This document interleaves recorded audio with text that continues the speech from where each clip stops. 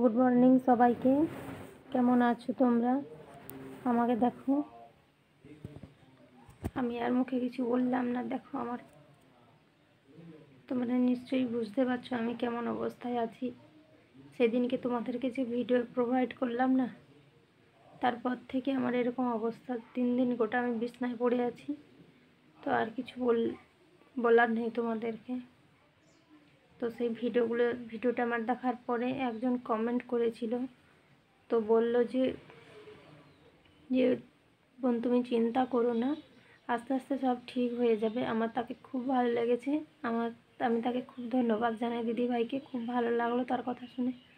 কি জানে তো, রিপ্লাই দিতে গিয়ে আমার না তার ইটা ডিলিট করা হয়ে গেছে। অ্যাকচুয়ালি বুঝতে পারিনি কোনখানটায় রিপ্লাই দেবো। আর দেখো 5টা স্যালাইন ইঞ্জেকশন দেওয়া হয়ে গেল।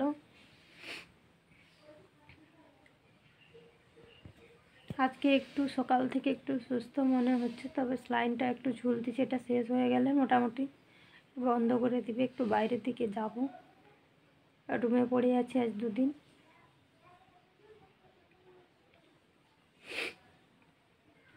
তোমরা প্লিজ আমার সাথে কথা বলো, কমেন্ট করো, আমার ভীষণ খুব ভালো লাগবে। আর আমি ভিডিও কেন দিতে পারিনি জানো? এই কারণে যে আমি হয়তো ভয়ে, মনটা খুব খারাপ, তার জন্য নয়, আমি ভীষণ অসুস্থ, তাই জন্য ভিডিও দিতে পারিনি। একটু সুস্থ হই, তারপরে আবার ভিডিও দেব। কিন্তু তোমরা আমার পাশে থাকো প্লিজ। তোমরা যারা যারা আমার ভিডিওগুলো দেখো তাদেরকে আমার ভীষণ ভালো লাগে। আর তোমরা যারা দেখো না তাদেরকে বলছি,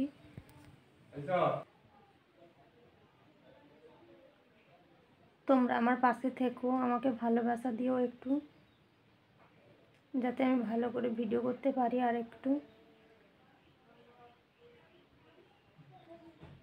আর কিছু বলার নেই তোমাদেরকে, জাস্ট এটা শুধু দেখাবো বলে। ভীষণ চোখ দিয়ে জল চলে আসছে যে 3 দিন বসে আছি।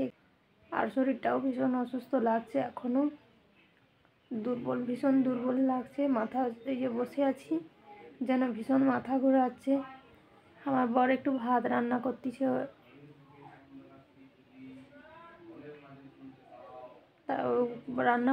আলু ভাতে ভাত করতেছে। ও ভাত রান্না হয়ে গেলে একটু দুটো খেতে যাব ভাবছি বাইরে।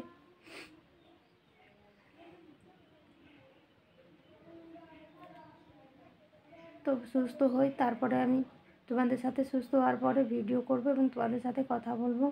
প্লিজ ততক্ষণ আমার সঙ্গে থাকো এবং আমাকে একটু ভালোবাসা দিও, উৎসাহ দিও, যাতে আমি ভিডিওগুলো বানাতে পারি।